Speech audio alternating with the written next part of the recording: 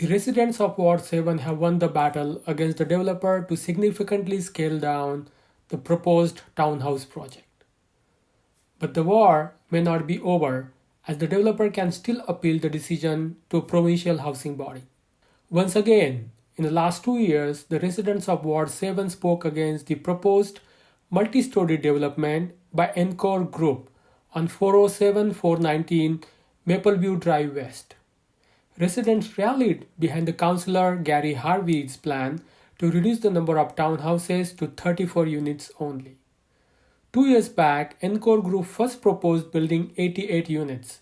As per the final compromise last month, the group agreed to scale down the project to 4.5 floors and 46 units. The approved project will be only 3-story tall. Residents argued that their neighborhood is outside the intensification corridor and hence only 40 units per hectare should be allowed. Residents complained about privacy, possible crowding of streets, parks and transit if extra 12 units are allowed. Mayor Jeff Lehman and councillors Keenan Aylwin and Sergio Morales voted against the amendment. Keenan Aylwin said, due to ongoing housing and climate crisis, more dense development is required. Mayor Lehman said the council permitted more height and density on similar applications, so there is no justification to deny the permission to the project. It was one of the recent issues where citizens organized themselves vigorously to reject increased development in their neighborhood. The developer is likely to appeal the decision to the Local Planning Appeal Tribunal, or LPAT. It is the provincial body that usually has the final say on local planning decisions. In a previous matter, Sean Mason's home won a case at LPAT against residents who wanted to scale back its project. In a hot and tight housing market, the confrontation between residents and developers is likely to continue in the near future.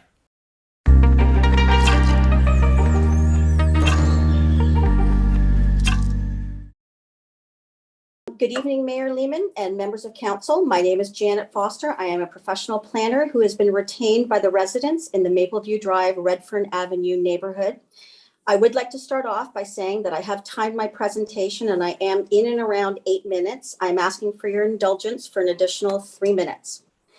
The resident's position is that— Sorry, Ms. Foster, I've got to be fair to everybody. So I just want you to know from the outset, I'm going to call you at 5 minutes and you can have a very short period of time to wrap up, but we got to be fair to everybody. Thanks. Okay, I will try to talk as quickly as I can. The resident's position is that the applicant's proposal for medium density RM2 with special provisions will not result in a medium density development per the standards of the zoning bylaw, but rather would result in a high density development in an area not identified nor included in the official plan policies as an intensification area. The residents are not in objection to a medium density townhouse development, and as such are in support of the proposed amended motion recommended for approval by the Planning Committee. The January 13th, 2022 letter from IPS on behalf of the applicant identified that the development has seen a reduction from 88 to 46 units. As a result of this, the applicant is no longer able to reduce the number of units in this project. At this point in time, the applicant has approval and is permitted by zoning bylaw for 5 dwelling units on the parcel of land currently zoned R1. Until a rezoning of the lands is finally approved, 5 dwelling units is the maximum permitted as of right. To state that the applicant is not able to further reduce the number of units is not a fair statement, as any rezoning of the site would allow an increase in the number of units from 5 that is permitted. Any increase in the number of residential units would constitute residential intensification of the site. Until a rezoning is approved, there is no reduction of units, only an increase from the allowable 5 dwelling units. In the same January 13th letter, the applicant identifies that other projects within the city outside of the identified intensification areas have been approved with increased densities and building heights, and where such approvals have set precedents. In accordance with Official Plan Intensification Policy 4226D, development applications that propose residential intensification outside of intensification areas will be considered on their merits, provided the scale and physical character of the proposed development is compatible with and can be integrated into the surrounding neighborhood. From this policy, each application must be reviewed from a site and community context perspective. In the January 13th letter, the applicant identified 10 sites where residential intensification has been approved outside of intensification areas. However, what was not mentioned is the individual merit upon which each application was evaluated given the surrounding situation and community context. For instance, the site located at 30 Hanmer Street West was approved for higher density and building height. This site is situated on the boundary with Springwater Township, where to the north, the lands are vacant farm fields. To the west is an existing medium density townhouse development. And to the east and south, the site is bounded by general commercial retail uses, one being the Paul Sadlin car dealership and the other a commercial retail plaza, both of which front onto Bayfield Street, which is recognized as an intensification corridor. The site at 105 to 111 Edgehill Drive was approved for a medium density townhouse development. This site is bounded to the south by Highway 400, and surrounding the site to the west, north, and further east are existing apartment buildings ranging in height from 3 to 15 stories. It is agreed that there are projects within the city outside of intensification areas that have been approved at higher densities and building heights. However, they have been evaluated on their own merits in accordance with official plan policies, given their site and situation in the community context, and where precedents cannot be set if each site is evaluated on its own merits. The proposed site is situated in an established, primarily low-density residential neighborhood characterized by large lots with generous building setbacks from both Mapleview Drive and rear yard building setbacks with ground level amenity spaces. On the north side of Mapleview Drive, from the subject lands, the low-density residential development is situated with its rear yards backing onto Mapleview Drive with a long linear wood privacy fence that is not conducive to public gathering or porch presence along the Mapleview Drive corridor. There are two existing medium density developments quite a distance west of the subject lands that front onto Mapleview Drive, one of which is a 2-story townhouse development, the other a 3-story walk-up apartment, both of which provide generous building setbacks, both from the road and the existing rear yard low-density residential neighbors. The approval of the applicant's proposal for high-density development with building heights exceeding 10 meters would be the first of its kind in this neighborhood and will not provide for appropriate transition between residential dwelling types and with rooftop patios that will change the character of this community context. The proposed amended motion has been recommended for approval by the Planning Committee. In the January 31st memorandum from City Planning staff, they identified that the proposed amendment, following a full technical review of such application, would result in a recommendation for approval. The applicant applied to rezone the site from low density R1, the lowest residential zoning in the city, to medium density RM2. However, the sought after special provisions are seeking a high density form of development in accordance with official plan, where high density is considered to be 54 units per hectare and higher. The applicant's current proposal is for 72 units per hectare. To put this into perspective, from official plan policies for intensification areas, major transit stations and primary and secondary intensification nodes target residential densities of 50 to 120 units per hectare. Primary and secondary corridors target 50 units per hectare.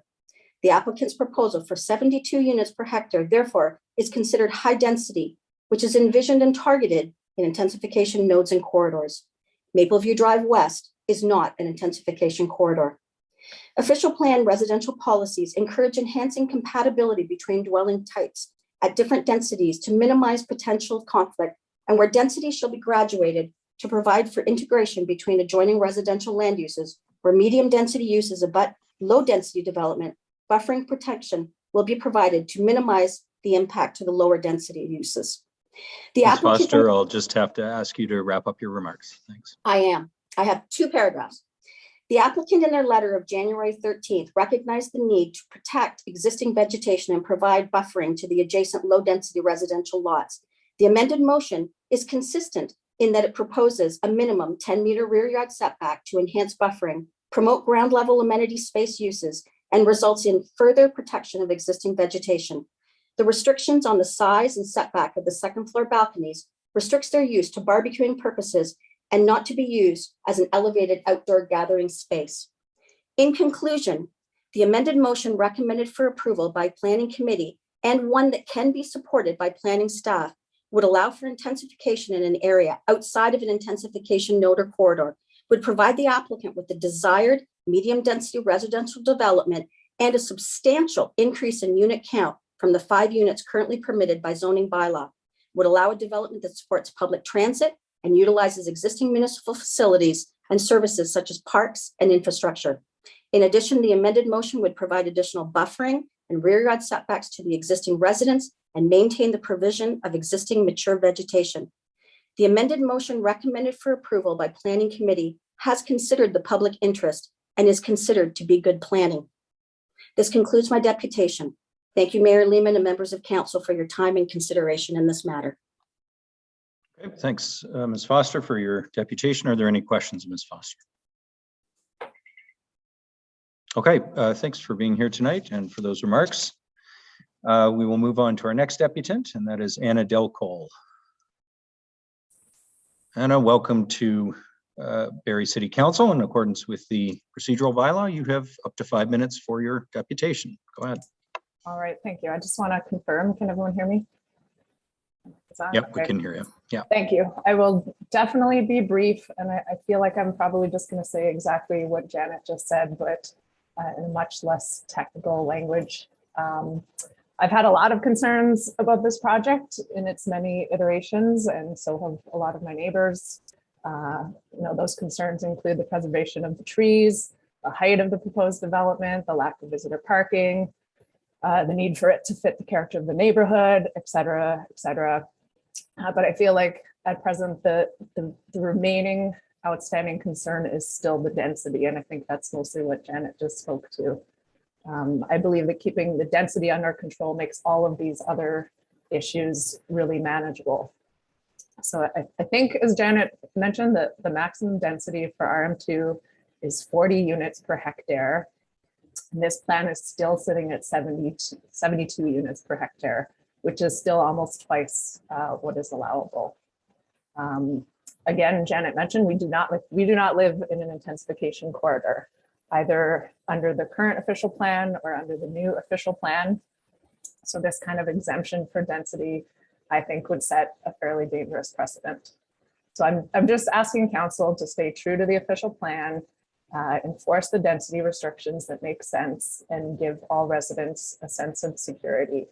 I think we all just want to know that if we live in a neighborhood like this one, zoned R1 or RM2, full of bungalows and townhouses and two-story homes, that we won't have to face a condo tower being built right next door. We all just want the official plan to mean something and to be followed. And I think that what Gary Harvey has proposed in his amendments, which I believe is 40 to 53 units per hectare, it's still a pretty massive increase in density from the 5 small bungalows that are currently on these properties. As a neighborhood, I think we're all okay with intensification that makes sense. We welcome it, but there's just no need for a density of 72 units per hectare, like other than just the pure profit of the developer in question. And as I know has been mentioned many times in the meetings for this project, the developer will be gone as soon as this project is completed, but it's all of us here in the neighborhood who have to live with what remains. So those are my only comments. Thank you. Okay, thank you very much for your deputation. Are there any questions for the deputant from members of council? Okay, seeing none, Anna, thank you very much for being here tonight. Our next deputant is Andrew. I'm sorry, Zvanitajs, and I'm probably nowhere close, Andrew. I'm sorry. I know we've met before, but I mangled your last name again. Not bad at all, sir. We'll get you there. All right. Welcome to Barrie City Council. And as you know, in accordance with the bylaw, you've got up to 5 minutes for your deputation. My pleasure. Thank you very much, Mr. Mayor, councilors, City of Barrie staff. My name is Andrew Zvanitajs, and I'm a resident of Redfern Avenue. And I'd like to wish all of you a happy Lunar New Year's Eve if you are celebrating tonight. The development application proposed at 407 to 419 Mapleview should not be permitted at its proposed density or height. I urge you to consider its application through a lens of prudence and measured caution. This development, if permitted, would be akin to dropping an aircraft carrier into the Barrie Marina and saying it's for the sake of development and it floats on water. It would stand out and not for a good reason. Now, obviously, the aircraft carrier analogy is facetious and for effect. However, the proportions are not far off. This application, even at 46 units, is still almost twice the allowable density for this type of neighborhood and zoning, and would fundamentally change the character, look, and charm of this ward, if not the entire South End. There's nothing like this anywhere near the homes that would directly abut this complex. And aside from the obvious eyesore, such a large complex would be, the complementary congestion and parking issues will no doubt be before council in short order. We should not adopt a develop at all costs policy, and we should follow the city's official plan that you have created. This is not an intensification corridor, and just being close to one does not mean it should be treated like one. We are reasonable residents making reasonable requests. A modest 2 to 3 story townhouse complex would be much more appropriate for the use of this land and would complement the existing neighborhood. Several of you have stated this project bothered you from the outset. I can assure you it has bothered the current tenants of this ward and Redfern Avenue as well. Council is elected to push forward the needs and wishes of its residents, not developers. And I would close by simply saying you have a fantastic opportunity before you to show the entire city how seriously you take its development. And I again urge you to take the amendments before you seriously with a sense of reasonableness and prudence. So let's drop that aircraft carrier into the ocean where it belongs and not into a residential neighborhood. I'd like to thank you for your time and attention, Mr. Mayor. Thanks for your deputation, Andrew.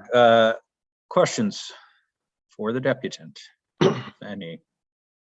Okay, there aren't any. Thank you again for being here and for giving us your remarks tonight. Our next deputant is Kapil Uppal. Cap, welcome to Barrie City Council. And in accordance with the procedural bylaw, you have up to 5 minutes for your deputation.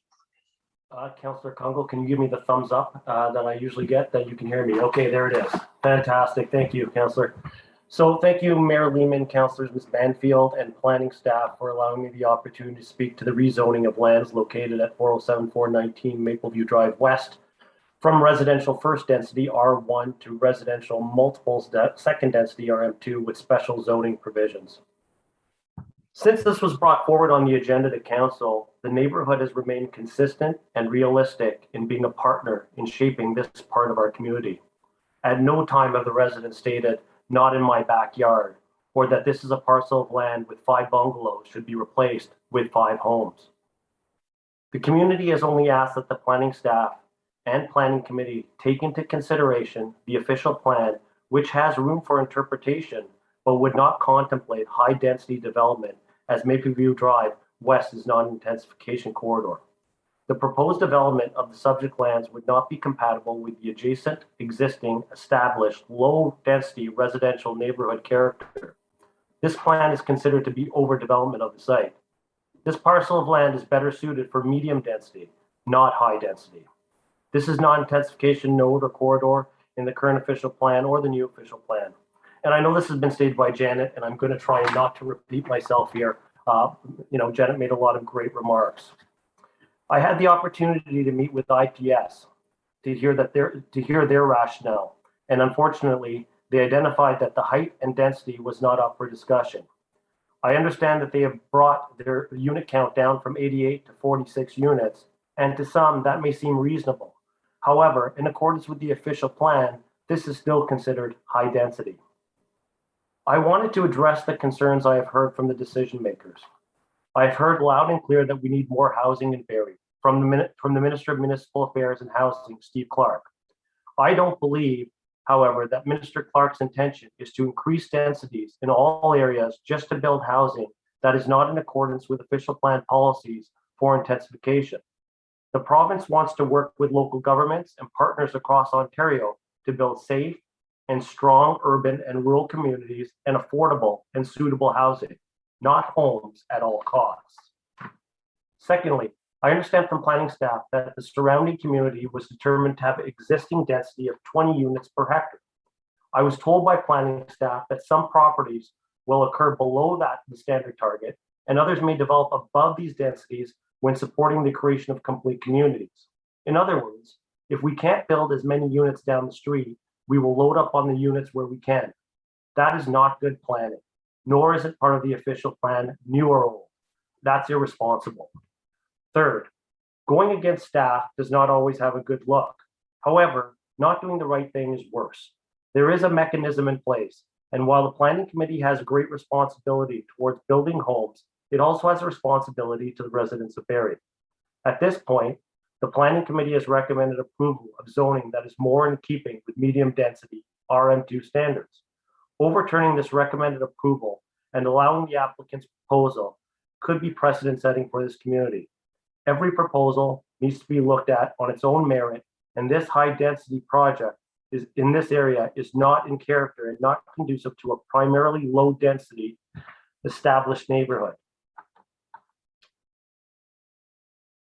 In December 2020, a councillor said planning is about compromise. And that comment really resonated with me. And I believe that the amendments brought forward are fair, are just, and equitable. Thank you for your time. Thank you very much for your deputation, Mr. Uppal. Are there any questions of this deputant from members of council? Okay, seeing none. Thank you very much for being here tonight. Thanks for your deputation. We will move to our next deputants, who are Doug and Maria Rowling. Doug, welcome to Barrie City Council, and in accordance with the procedural bylaw, you have up to 5 minutes for your deputation. Welcome. Thank you, folks. I won't take up the full 5 minutes, that's for sure. But I've heard my neighbors and my, and Janet pretty much state everything that needs to be stated. I guess I should mention at 27 Redfern, I don't specifically see this development in my backyard, but I can certainly see it from the side, and its height is what scares me. And just to reiterate one more time, the point that was made about turning this very nice community into a parking lot, our street into a parking lot for the development really does scare me. But again, it's already been mentioned, so I'll leave it at that. And I thank you for listening to every comment said. Thank you. Okay, thanks very much, Mr. Rowling, for being here and for giving us those comments. Any questions for the deputant, members of council? Okay, seeing none. Thanks for being here. And we will move on to our next deputant, who is Sarah Davis. Ms. Davis, welcome to Barrie City Council. And in accordance with the procedural bylaw, you have up to 5 minutes for your deputation. Thank you. I'd like to thank everyone for just giving me an opportunity to speak at this initiative. Again, I don't want to repeat what most people have already stated. That's no benefit. I'm at 21 Redfern, and I'd just like to say that, we as a community hired Janet to speak for us and for the neighborhood, just based on her experience and everything else. She's got the knowledge. She understands, based on what we've said, it's not development that we're against. It's the density of the development. And I know that that's been brought up again. So in short, I would just like to say that I support what Janet has said. And while it's not perfect, I believe that the amendment Councillor Harvey has brought forth is also a relatively ideal compromise between the two parties. Thank you very much for your time. Thank you very much, Ms. Davis, for your deputation. Any questions for the deputant, members of council? Okay, seeing none, thank you again, Sarah, for being here and giving us those comments. Next, we have Darren Vella from Innovative Planning Solutions on behalf of the Encore Group. Mr. Vella, welcome to Barrie City Council. And as you know, in accordance with the procedural bylaw, you have up to 5 minutes for your deputation. Thank you, Your Worship. I just asked before I'm able to start if I could just share my screen. Here we go again. Thanks. There we go. Now we can hear you. Darren Vella from IPS Consulting. I'm here this evening on behalf of Encore Group. I'm here on a without prejudice basis. I've had an opportunity to watch the last two planning committee meetings, listening to the deliberations on this project. I'm hopeful that the information I'm about to present will assist council in considering overturning planning committee's decision on this project. It is my opinion that our 46 unit development is the right project for this property, and I remind council that the planning department also agrees with that opinion. I want to start off by saying that we are in agreement with some of Councillor Harvey's proposed amendments as they relate to the rear yard traditional townhouse units backing on to Redfern Avenue. Our concern with Councillor Harvey's proposed amendments relate to the height and density of the units facing Mapleview Drive. So from a context perspective, I just wanted to show council and make it very clear that Councillor Harvey's reference to the 3-story seniors building that he feels establishes the character of this area is located approximately 925 meters away from the S Road intensification corridor. In comparing this to our location, you will see that our site is located just 280 meters from the intensification corridor. One can reasonably expect that the closer you get to an intensification area, densities and heights can slightly increase. In my professional planning opinion, this is commonly known and understood. To further understand this concept, the following slide provides a block plan showing the relationship of the subject property with lands along Mapleview Drive and the intensification corridor. To the right of the slide, the lands colored in orange and red represent some of the lands that will see a higher density of development, which is permitted in both the existing and proposed official plans along the Essa Road Mapleview intersection. As you progress west from the intersection, I have laid out a block plan to help understand how the community will evolve from east to west. As you can see, heights and densities will lower as you move further away from the intensification corridor. The 407-419 Mapleview site is shown on the plan as a 3.5-story back-to-back townhouse block with rooftop balconies. Out of the 46 units proposed for this site, only 8 units have balconies that exceed 10 meters of height. The following is a cross-section that is intended to clear up any misconceptions regarding our proposed height. Our 3.5-story back-to-back units are proposed all below 10 meters, with the exception of the 8 units fronting Mapleview Drive that possess a very small structure, which is highlighted within the red circle that exceeds the height requirement. This access room is set back a considerable distance from the front wall of the units along Mapleview. This room provides access to a private rooftop patio only for 8 units fronting Mapleview Drive. Councillor Natalie Harris, I wanted to highlight this as at the last planning committee meeting, you made mention of concern about people being on the rooftop balconies overlooking neighboring pools. That is not the case with this project. And as I mentioned, we are in agreement with all of Councillor Harvey's recommendations on the Redfern side townhouses. Our rooftop balconies were designed with the city's urban design department, as this outdoor amenity space would protect the architectural design of the units fronting Mapleview and would provide a superior private amenity for these 8 units and owners' overall mental health. Having a barbecue or outdoor dining table would be much more appropriate here compared to a balcony looking right upon Mapleview Drive. Once again, I want to make it clear to council that this space is only for 8 out of the 46 units. The following image shows the separation distance from these rooftop balconies to neighboring properties. As you can see, the rooftop balconies in the black hatch area only front along Mapleview Drive. The separation distance for those units on the north side of Mapleview Drive to our rooftop balconies is a minimum 36.8 meters or 120.7 feet. No other units will have rooftop balconies in this development. To further illustrate separation and buffer here, once again, is a cross-section of Mapleview Drive at 417 Mapleview Drive looking to the east.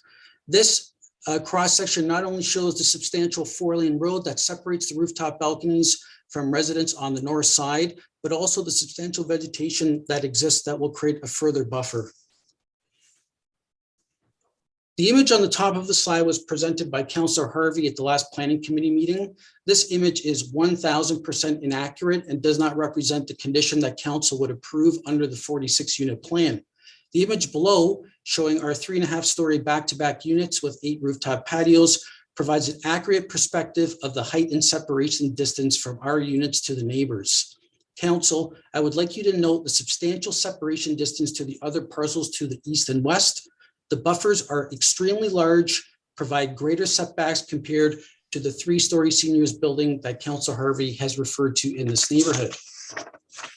In looking at the seniors building in more detail, you will see that the height of this building is very similar to our development. The majority of this building is 10 meters in height, with other areas increasing to 12 meters.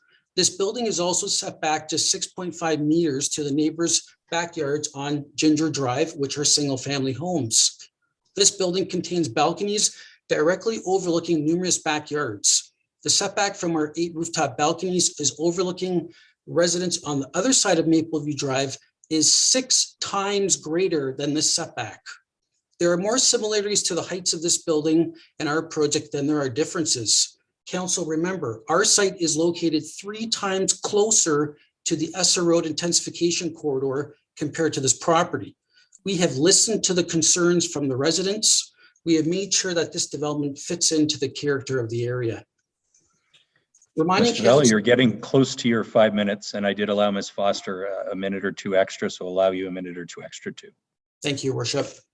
Very quickly running through our 88 unit proposal at the neighborhood meeting, our 72 unit proposal presented at the public meeting, our 62 unit proposal that was presented to planning staff, and finally our 46 unit proposal and the issue of density. So what makes a site too dense? Does a developer reducing their project by 42 units not come into consideration? Do we have inappropriate setbacks? All of our setbacks from the rear yards, side yards greatly exceed the requirements. We have more than 2 parking spaces per unit. All of the trees in the rear yards are being maintained. We're increasing the size of the public walkway to Redfern Park for the betterment of the community. There are no concerns from the fire department. There are no concerns from the traffic department. This development is not out of character. And all we are really talking about is, should the city provide an additional 12 units along the Mapleview Drive frontage that would be more affordable compared to traditional townhouse units? Recent approvals outside intensification areas, I want to point to this one, which was a 22-meter high building on Veterans Drive, adjacent to single-family homes on Montserrat. I've provided an image in the bottom corner of the low-density single-family homes that are immediately abutting this development. This project was approved along with Councillor Harvey's support. So here's the proposed amendments by Councillor Harvey. I just want to point out, Your Worship, that the ones in red we are not in agreement with, and the ones in green we are. This here highlights H, but on the next page you will see the substantial number of modifications proposed by Councillor Harvey we are in agreement with. The only issue we have with the fence relates to ensuring that the trees are maintained instead of cutting the trees down in replace of a fence. So in conclusion, Council, Encore Group does not have any intention of submitting a revised proposal. Staff have identified to you in a circulation memo that they are not going to be providing a recommendation without a formal application. We feel that this plan is a fair compromise and balances the concerns of the neighbors against Barrie growing into a mid-sized city. Encore is a reputable developer. Council, I want to make it clear that if you are voting with Councillor Harvey, you are voting against developing more attainable units in this part of the city. His revised bylaw seeks to developing the exact same— I need you to wrap it up, Mr. Vella, sorry. The exact same footprint with the same number of units. And that's all, Your Worship. Thank you. Okay. Okay. Thank you very much, Mr. Vella, for the deputation and for the material. Now, to be clear, the material has been circulated to council. So I know you had to go by that in a hurry, but we have received the material that's been sent in as well as everyone else's submissions. Are there any questions for this deputant, members of council? Okay, and because you did have to go by it in a hurry, Mr. Vella, I believe you indicated that there's support from your client for a number of the components of the amendment that Councillor Harvey brought forward, and they're opposed to the ones that you had listed in red in your presentation. Is that correct? Yes, that's correct, Your Worship. Okay. Okay, thank you very much, Mr. Vella, for your deputation. Our next deputant, who is Aref Ehtemam. Aref, we can hear you. Welcome to Barrie City Council. And in accordance with our procedural bylaw, you have up to 5 minutes for your deputation. Go ahead, sir. Thank you. Mr. Mayor, dear councillors, I'm a resident of Redfern Avenue. As my neighbors have discussed before me, and in trying to avoid repetition, we ask that the planning committee to consider that the development must be in accordance with the neighborhood character. The proposed development is not in line with the permitted zoning and is closer to a high density area. The development will change the feel and the charm of the neighborhood. I have severe concerns with the lack of parking provided and the increased traffic in the area on Redfern Avenue. To address some of the presentation contents of the IPS representative, this area is not within the intensification zone, and council should reconsider making the decision process. The neighborhood feels uncomfortable with the height of the building provided overlooking into private properties. And again, we are concerned about parking provided by the developer, especially visitor parking. The proposed development is not the right fit for this neighborhood. I just wanted to quickly show some slides that obviously show the area. It's a very low residential or low density area. And next slide, please. And then as you look at the subject lands from the rear, from the Redfern side, which is obviously lined in red. Next slide, please.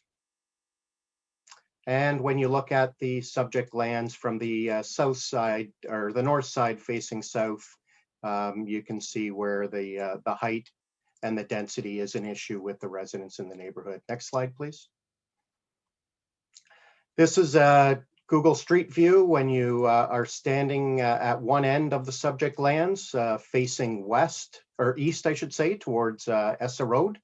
As you can see on one side of the road, it's all the fences of backyards, and on the other side, it's a series of bungalows. Next slide, please.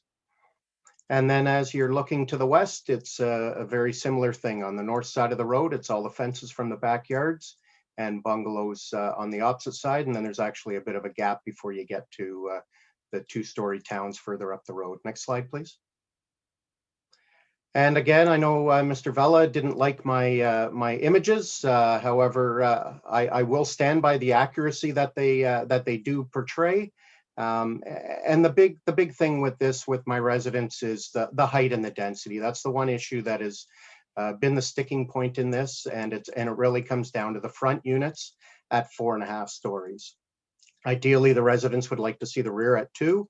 However, even under R1, it does permit up to 10 meters being built. Next slide, please. And again, just to show the other 3-story building, I know there was reference to the peak on that one building. However, one little section of a peak reaching 12 meters doesn't negate that as being a 12-meter building, in my opinion. Next slide, please. And as I've mentioned before, there are ways to build 3-story stack towns, and this is a prime example of it out on Essa Road. And I believe that's my last slide. Great, thank you. Members of council, as I've said in the past, and as you can see from the slides, this is a low density area in our city, and the subject lands have the lowest density levels in the area, with only 5 units on the subject lands. The applicant has come forward with a request for an RM2 medium density zoning request. However, their application is for high density at 72 units per hectare. Their application also has front blocks at 12.5 meters. Although somehow tonight it was presented as 12 meters, so I'm not quite sure where 0.5 meter disappeared. And the units are at 4.5 stories with rooftop patios, whereas RM2 permits 10 meters at 3 stories. This being in an area that is compromised predominantly of bungalows along Mapleview, 4.5 stories with rooftop patios just do not integrate with the existing makeup of the community.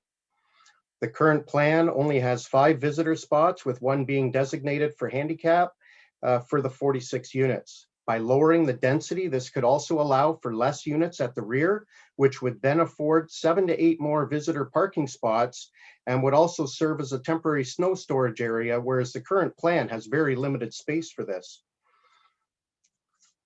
The example provided tonight by the applicant's planner of a previously approved development in Ward 6 is not an apples to apples, oranges to oranges comparison to this application. The homes that will back onto that townhouse complex on Montessoran Street are yet to be constructed, as the 3 homes in the slide currently don't exist, and the images portrayed in the bottom right of the slide are homes that are further down the road. Plus, the homes in the area are all 2-story and not bungalows, as is the case on Mapleview. That development spoken of is comprised of 3-story towns and not 4.5 stories, as is proposed in this case, and is also MU2 zoned and not R1. I'm just not seeing the similarities between the two. Mapleview is not an intensification corridor, whereas section 4.2.2.3 sub B of the city's official plan states that medium density and high density development shall occur on intensification corridors and nodes. Mapleview, nor the intersection of Mapleview and Essa, is neither. Also in the official plan, section 4.2.2.2 sub D sets that a medium density development maximum target at 53 units per hectare for street townhousing whereas this application is not on an intensification corridor, and the application is requesting 72 units per hectare. I think we can all agree that we want something built on these lands, especially with one of the homes now being vacant and boarded up. However, we can't do this at all costs to our community, as we should be promoting and approving smart intensification and not over intensification. These type of height and density targets can easily be achieved in other areas of the city, like the Hewitts and secondary plans, without having a negative impact on our existing communities. A development at this height and density is far more suited for an intensification corridor and would then meet the requirements of the city's official plan. Part of the amendment includes placing a hold on the zoning bylaw until a revised application is received to allow for some flexibility in the zoning bylaw at the time of its approval. Whereas without that provision at a later date, special provisions could not be added to the zoning bylaw. This amendment is a good compromise for an updated application that will integrate far better with the community and will be welcomed into the area by the residents opposed to in its current form. Those are my comments, Mayor Lehman. Okay, thanks, Councillor Harvey. Comments on the amendment that's on the floor. Councillor Natalie Harris. Thank you, Mayor Lehman. I just wanted to say I'm in favor of everything that Councillor Harvey has presented, and I also concur with the inaccurate comparisons with the proposed site at Montserrat. I think Councillor Harvey's really put a lot of work into this and come forward with a good compromise. So I just want to thank him and staff for really working hard on this and listening to the residents, and I'm in support. Thanks, Councillor Harris. Councillor Riepma. Thank you, Mr. Mayor, and I'm going to also support the amendment as proposed by Councillor Harvey. I think that the question that we have wrestled with here is the whole question of fit. Does this proposal fit into this neighborhood? And the official plan talks about that. It talks about integration into the neighborhoods. And that we have to be careful in terms of the character of the area. And I think that the proposal that has been put forward, it doesn't fit the character. It's just out of step with what has happened in that community. And I think that's really where the rubber hits the road. And I listened very carefully to Mr. Vella's submission, and I noticed that he skipped over the character question. It was just his opinion that it fit. Well, when you have concerns expressed the way that the concerns have been expressed here, that's not a question to skip over. That's a question to come head to head with, and I don't think that he did.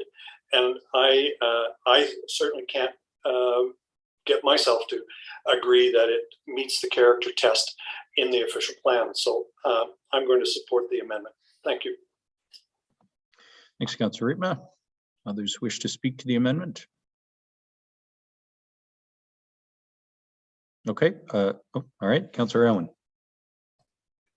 Sorry, Mayor Lehman, I was digging out my card from my desk. Okay, yeah, I have a few things to say about this. First of all, I want to thank all the residents who attended and engaged in the meeting. I know it's not easy to stand up at City Council and take a stand on something you believe in, so kudos to all of you. I won't be supporting this amendment. I actually would have supported the original proposal, staff recommendation that came forward. And here's why. We are facing a climate crisis. We're facing a housing crisis. And that means two things. We need housing, and we need to ensure that new housing creates walkable, livable, complete communities. And we need to stop suburban sprawl. I heard residents today talk about what they'll have to live with after the developer finishes the project. And I totally understand that concern and worry. But what I think residents will have to live with if this proposal goes ahead is new neighbors, new young families moving into the neighborhood, new friends, a more walkable and livable community. This is gentle density. We are seeing proposals across the city 40 stories, 30 stories, 20 stories, 15 stories, 10 stories. This is gentle density. This is the missing middle that we talk so much about when it comes to affordable housing. This is the type of development that we need. And I understand that residents aren't happy about changing their neighborhood, but density has to go somewhere and it needs to be spread equitably throughout the city. And I can tell you there are a lot of residents in Ward 2 who aren't happy with all the new proposals going in, the 30-story, the 40-story towers. And I understand and respect that. But we're growing as a city and we need to grow sustainably. So I'm hoping that we can spread that development and that density across the city equitably and create walkable communities everywhere. So that's why I won't support the amendments today. Thanks, Councillor Aylwin. Others wish to comment? Deputy Mayor Ward. Thank you, Mayor Lehman. I wasn't going to comment, but I just thought I have to point out that I think we have a duty to maybe not protect residents from any development, but we have to make sure that there is the least minimal, the minimal impact on their neighbors. And I think in this case, there's just, in my mind, way too much. First of all, we are encouraging intensification. This is where the 5 homes are now. We're even with Councillor Harvey's amendment, we're talking about 34 units. So it's almost a 600% increase in the density of the site. So it's not like we're not increasing the density, but I think there is a limit. We're all going to be facing, as you mentioned, we're all going to be facing this kind of a infill project around our wards. And I think it's important for us as a council to say, yeah, we do have limits. You're not going to be able to build every single thing you want. And the biggest concern for me is the height. I think that 4.5 stories, when the zoning, even the proposed zoning only allows a 3-story, I think there are concerns. I think a 4.5 story, and I know it's a rooftop patios, but even then there will be an effect on the neighbors. Those people will be looking down on them, even the people across the street. I'm less concerned about the density. I'd be able to live with, I know this would allow about 34 units, and I could live with more density on the site. And maybe when it comes back, there will be an increase in density. But I think we have to put limits on it. I think the idea of allowing, just allowing the developers to put on any number of units they want because we're facing a housing crisis in Barrie is wrong. We do have to set some kind of limits on what is going to be allowed because it's going to be coming to the entire city. And I don't think we can just let developers say, yes, we can, it's because we have a housing crisis, you have to approve this. I think we have to tell them there are limits.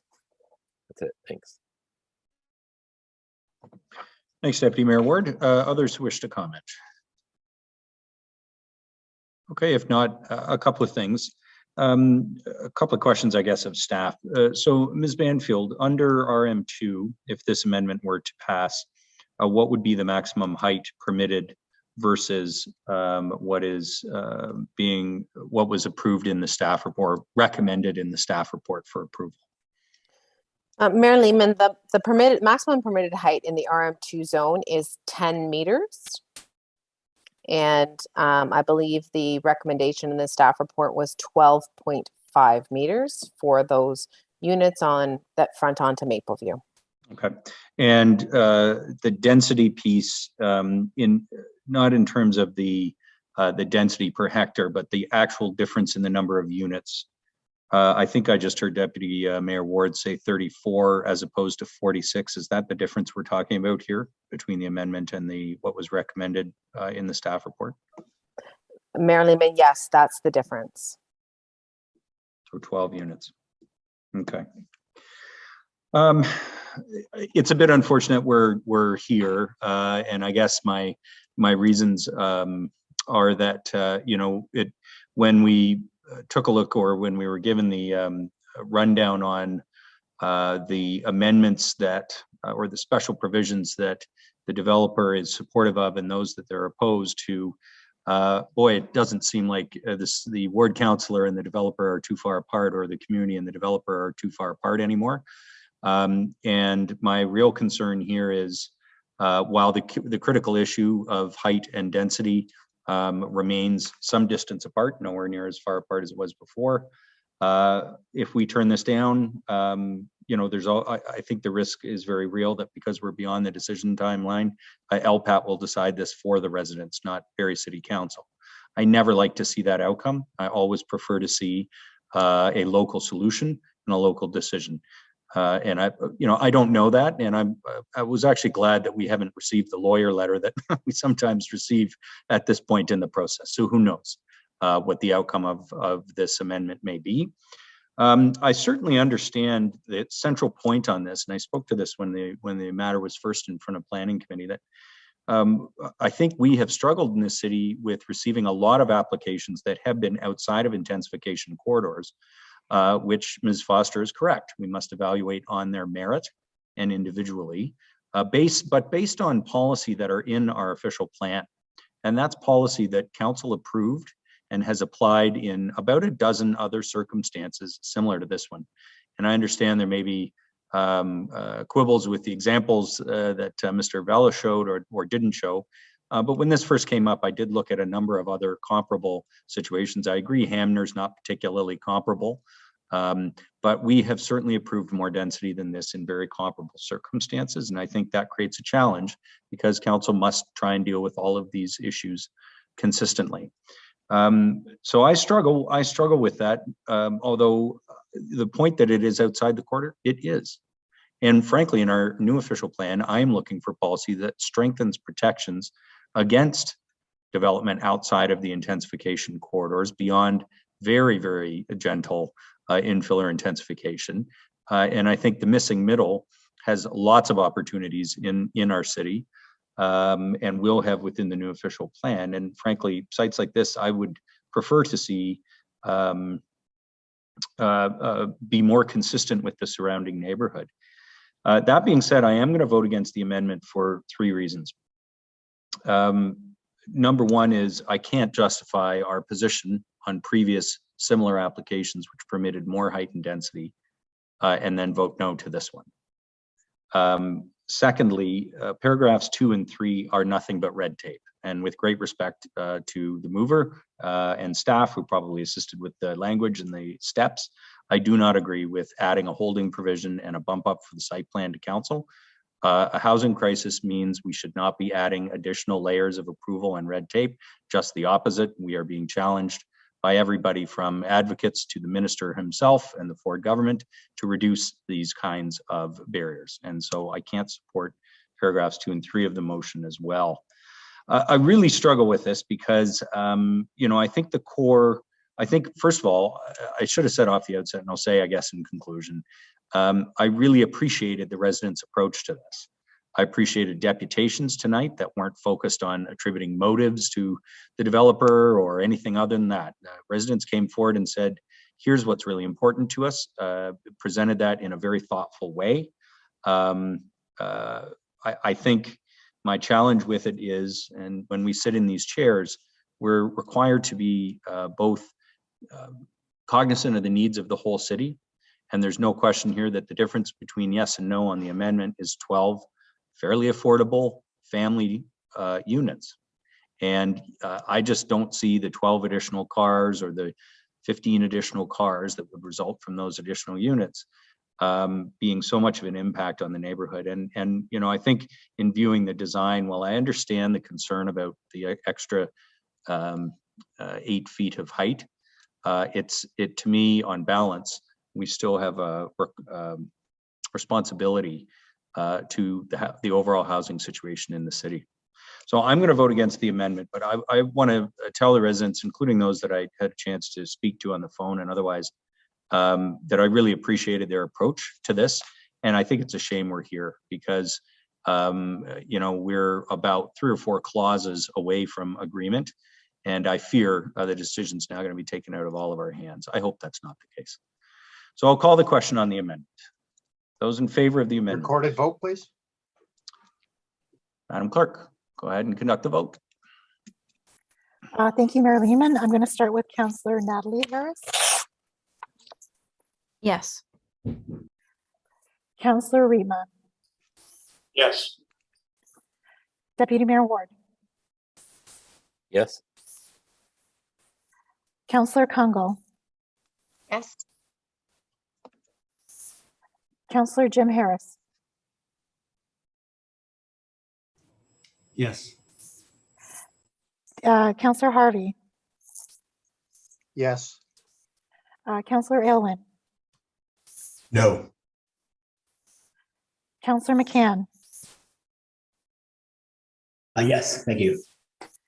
Mayor Lehman, No. Counselor Thompson, Yes. and Counselor Morales. No. Motion carries.